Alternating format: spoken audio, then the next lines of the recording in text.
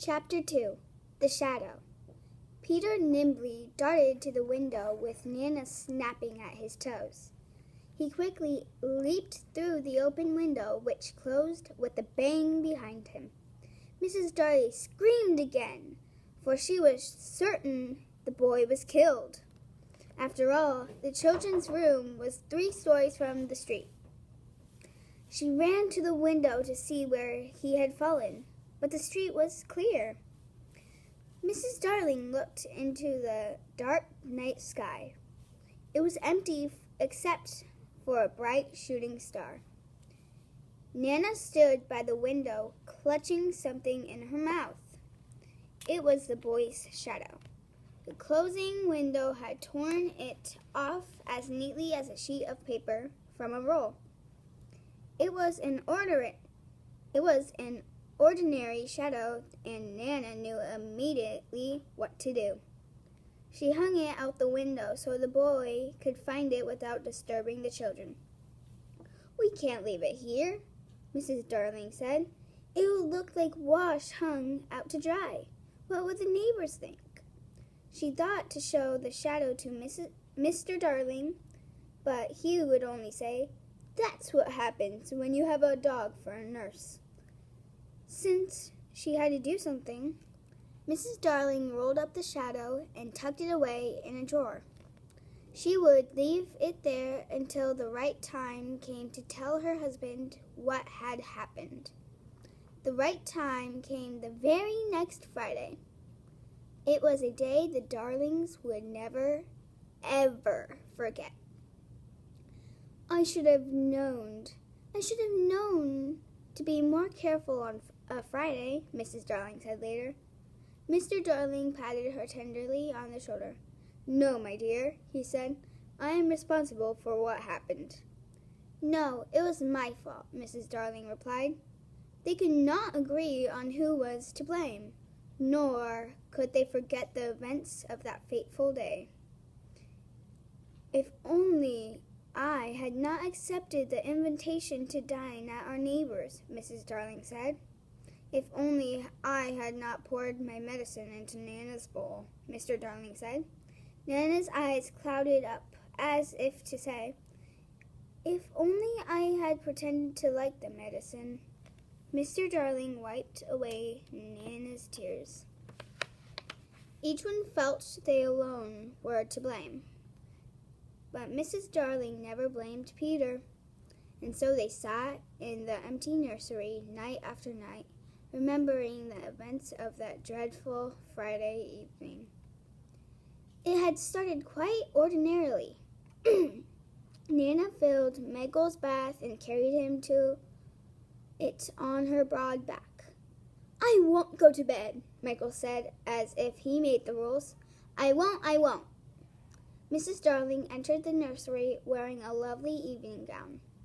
Around her neck was a necklace Mr. Darling gave her, and on her wrist was Wendy's bracelet, which she borrowed. Wendy loved to see her dressed so prettily. Wendy and John were pretending to be Mr. and Mrs. Darling. First John said, "Mrs. Darling, you have a baby daughter." Hearing that, Wendy danced for joy, just as her mother must have when she was born. Then John said, "And now you have a baby son," meaning himself when he was born. Wendy smiled brightly at the news. "I want to be born too," Michael said, as he came from his bath. "We don't want any more children," John said. Michael's face clouded, and he nearly burst into tears. "Nobody wants me," he said. "I do," Wendy said. Michael was not sure she meant it. "A boy or a girl?" he asked. "A boy," Wendy shouted, and Michael leaped happily into her arms. The Darlings and Nana remembered that last night the children were in the nursery. "That was when I dashed in, wasn't it?" Mr. Darling said. Mr. Darling was also dressing for their dinner out, but he could not tie his tie. He rushed into the nursery with an untied tie dangled from his hand. "This tie refuses to tie around my neck," he said. It does quite well around the bedpost, but if it will not tie around my neck, we will not go to dinner. If we don't go to dinner, I won't ever go to my office again. And if I don't go to my office, we shall starve and our children will be thrown into the street." Mrs. Darling was calm. "Let me do it, dear," she said, because she knew that's exactly what he'd come for. The children gathered around to learn if they would be thrown into the street or not. With quick hands, Mrs. Darling tied the rebellious tie. Once it was done, Mr. Darling relaxed. Soon, the whole family was dancing gaily around the room. "What fun it was," Mrs. Darling said, recalling that Friday night. "Our last romp together," Mr. Darling said with a sigh. Mrs. Darling's face turned sad. "They were ours, and now they're gone," she said. But even the sadness could not stop the Darlings' memories of that night. Nana had joined the happy throng. As she romped amid the flying feet, she brushed against Mr. Darling's brand new trousers, covering them with hair. "Oh, what a mistake to have a dog for a nurse," he said angrily. Mrs. Darling brushed away the hairs. "She is a treasure," she said. "I have a feeling she thinks the children are puppies," Mr. Darling said. Mrs. Darling shook her head. "No, George. I'm sure she knows they have souls." Mr. Darling rubbed his chin. "Well, you may be sure," he said, "but I'm not." To quickly change the subject, Mrs. Darling told her husband about the strange boy who had flown in the window. "Nonsense," Mr. Darling said. "Then let me show you," Mrs. Darling said. She went to the drawer and pulled out the shadow. Mr. Darling said, rubbing his chin once more, but this time in earnest. "It's nobody I know," he said as he examined the shadow, "but he looks like a scoundrel if you ask me." Just then, Nana entered with a bottle of Michael's medicine in her mouth. "I don't want to take my medicine," Michael cried. "I'll get you some chocolate to make it easier to take," Mrs. Darling said, leaving the room. "Don't pamper him," Mr. Darling said to his wife. He turned to Michael. "When I was your age, I took my medicine without a sound," he said to his son. "I even knew to thank my parents for giving me medicine to make me well." He believed what he was saying, and Wendy believed it too. "The medicine you have to take now is worse, isn't it?" Wendy asked her father. "Much," Mr. Darling said. "Why, if I knew where it is, I'd take some to show you how easy it is." Wendy smiled brightly. "I know where it is, Father," she said. She hurried out of the room before Mr. Darling could stop her. Mr. Darling felt suddenly ill, but not in the way that medicine can help. He turned to John and said quietly, "My medicine is beastly stuff to take, John. It is the nasty, sticky kind." Wendy returned with Mr. Darling's medicine in a glass. "Here it is," she said, handing him the glass. "It will soon be over, Father," John said cheerily. "Michael has to take his first," Mr. Darling said. "No, you do," Michael said suspiciously. "It will make me sick," Mr. Darling replied. "Take it, Father," said John. "Hold your tongue," Mr. Darling shot back. Wendy was quite puzzled. "I thought you said you didn't mind taking your medicine, Father," she said. "That's not the point," Mr. Darling said. He glanced around for an excuse not to take his medicine.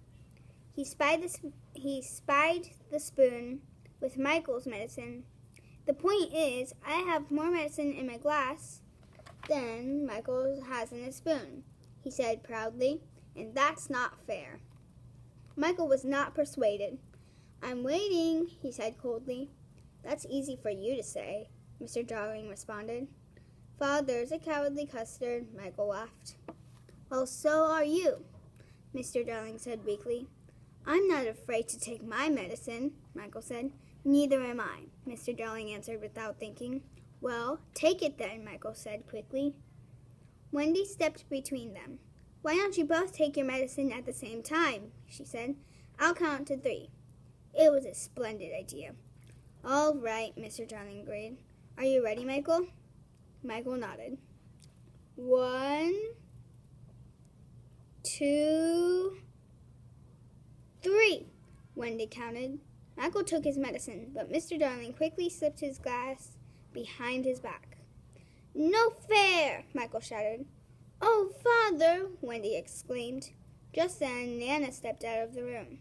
Mr. Darling quickly changed the subject. I thought of a splendid joke, he said with a mischievous grin. I'll put my medicine into Nana's bowl, and she'll drink it and never know. He poured the milky-looking medicine into the dog's bowl before anyone could say no. What fun, Mr. Darling said. The children eyed their father with scolding looks.